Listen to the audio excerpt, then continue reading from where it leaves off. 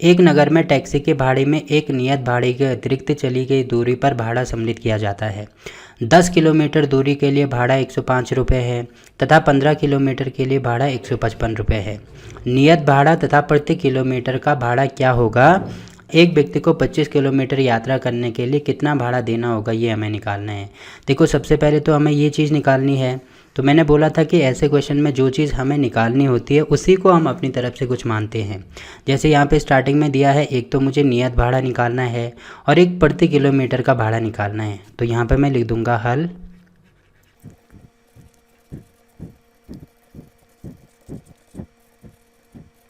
माना नियत भाड़ा x रुपये है तथा प्रति किलोमीटर का भाड़ा y रुपये है। अब देखो, इसमें पहली चीज़ हमें ये दी है कि 10 किलोमीटर की दूरी के लिए भाड़ा 105 रुपये है और उससे पहले हमें ये दिया है कि एक नगर में टैक्सी के भाड़े में एक नियत भाड़े के अतिरिक्त चली गई दूरी पर भाड़ा सम्मिलित किया जाता है। इसका क्या मतलब हुआ? देखो, जब भी आप किसी टैक्सी में बैठते हो, ऑटो में या कभी बस में बैठे होंगे, तो वहाँ पर पहले ही लिखा होता है कि न्यूनतम किराया। तो न्यूनतम किराया मतलब आप गाड़ी में बैठते हो तो उसका मतलब न्यूनतम किराया जो होगा वो तो आपको देना ही पड़ेगा। जैसे कहीं पे बस में लिखा होता है 5 रुपये, 10 रुपये, मतलब जो भी होगा तो न्यूनतम किराया तो आपको देना ही पड़ेगा, चाहे आप 100 मीटर जाएं, 500 मीटर जाएं या 10 किलोमीटर जाएं, तो ये न्यूनतम किराया तो आपको देना ही पड़ेगा। तो ये जो न्यूनतम किराया है वो नियत भाड़ा ही है एक प्रकार का। ठीक है, इस चीज़ से आपको इसको समझना है। बाकी जितने किलोमीटर जाएंगे उसके लिए एक्स्ट्रा चार्ज लगेगा। जैसे प्रति किलोमीटर के लिए 1 रुपये चार्ज होगा तो यहाँ पे 1 रुपये हो जाएगा। तो मान लीजिए अगर मैं 10 किलोमीटर जाता हूँ तो न्यूनतम किराया 5 रुपये वो तो देना ही पड़ेगा। साथ में अगर मैं 10 किलोमीटर जाता हूँ और 1 किलोमीटर का मूल्य 1 रुपये है तो इसका मतलब 10 का कितना हो जाएगा? 10 गुणा 1 हो जाएगा। ठीक, तो टोटल कितने देने पड़ेंगे मुझे? 15 रुपये देने पड़ेंगे।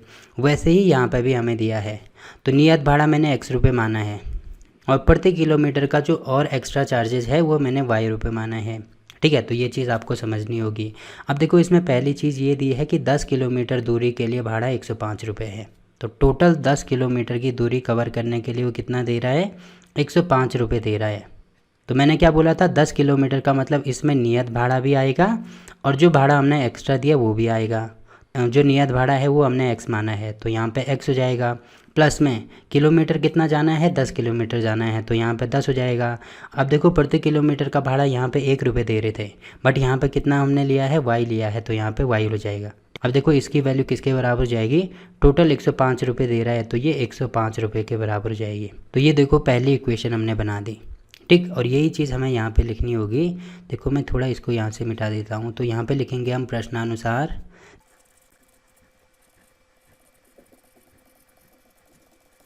तो यहाँ पर हमने लिख दिया 10 किलोमीटर दूरी के लिए जो तय भाड़ा है वो 105 रुपये है। तो अब मैं यहाँ पे ये वाली इक्वेशन लिख दूँगा। इक्वेशन में क्या क्या हो जाएगा? जो नियत भाड़ा है वो भी आएगा, तो नियत भाड़ा इसमें x है। बाकी जितने किलोमीटर हो जाएगा, देखो 10 किलोमीटर जा रहा है तो एक्स्ट्रा कितने किलोमीटर के लिए देना पड़ेगा? उसको 10 किलोमीटर के लिए देना पड़ेगा। और 1 किलोमीटर का y है तो यहाँ पे y हो जाएगा। तो इनको जोड़ेंगे तो टोटल हमारा 105 रुपये बन गए एक बार। तो यहाँ पे अभी रुपये छोड़ो, 105 ही लिख दो, ये हो जाएगी हमारी इक्वेशन 1। ठीक, वैसे ही हम इक्वेशन 2 भी बनाएंगे। तो देखो, यहाँ पे क्या दिया है? तथा 15 किलोमीटर के लिए भाड़ा 155 रुपये है। तो वही चीज़ हमें यहाँ पे भी करनी है। तो यहाँ पे हम लिख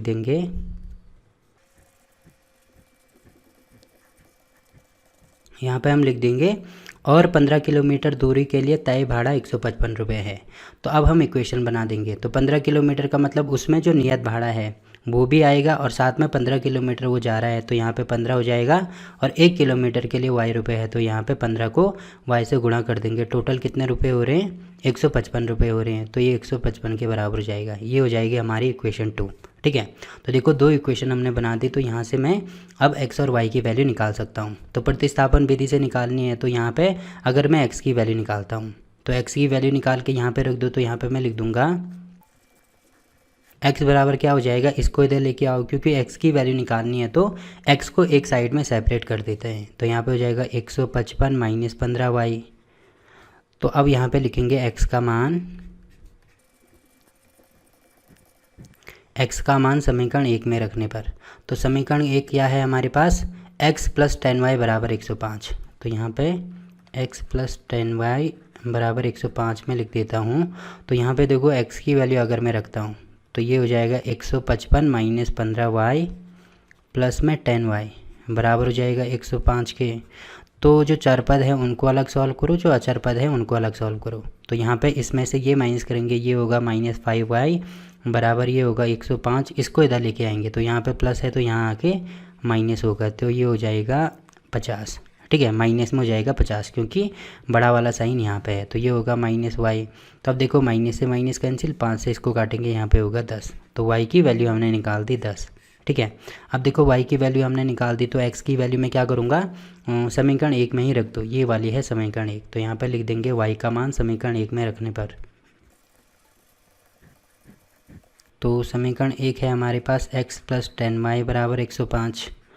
तो यहाँ पे देखो x प्लस 10 इंटू वाई कितना है, 10 है, तो यहाँ पे 10 हो जाएगा बराबर 105 के। तो x बराबर हो जाएगा 105 इंटू 105, यहाँ पे प्लस है तो यहाँ पे माइनस हो जाएगा, 10 गुणा 10 मतलब 100 ये हो जाएगा। तो अब x बराबर कितना आएगा, 105 में से 100 माइनस करो तो ये हो जाएगा 5। तो x की वैल्यू हमने निकाल दी यहाँ पे 5। अब देखो x हमने क्या माना है, x हमने माना है कि माना नियत भाड़ा x रुपये है। तो यहाँ पे नियत भाड़ा ये है 5 रुपये। ठीक है, और वैसे ही प्रति किलोमीटर का भाड़ा कितना है, जो कि y है, यहाँ पे 10 रुपये है, तो यहाँ पे हो जाएगा 10 रुपये। तो ये चीज़ हमें लिखनी भी होगी लास्ट में। अतः नियत भाड़ा बराबर 5 रुपये तथा प्रति किलोमीटर का भाड़ा बराबर 10 रुपये। अब देखो मुझे इसमें क्या दिया है कि मुझे ये भी दिया है कि एक व्यक्ति को 25 किलोमीटर यात्रा करने के लिए कितना भाड़ा देना होगा।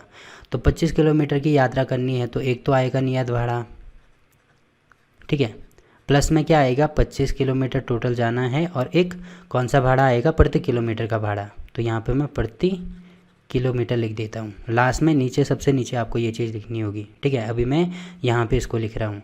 तो यहाँ पे देखो नियत भाड़ा कितना है, 5 रुपये है, तो यहाँ पे हो जाएगा, इसको मैं यहाँ पे लिख देता हूँ, ये 5 है, प्लस में टोटल 25 किलोमीटर जाना है और 1 किलोमीटर का 10 रुपये है, तो यहाँ पे 10 हो जाएगा।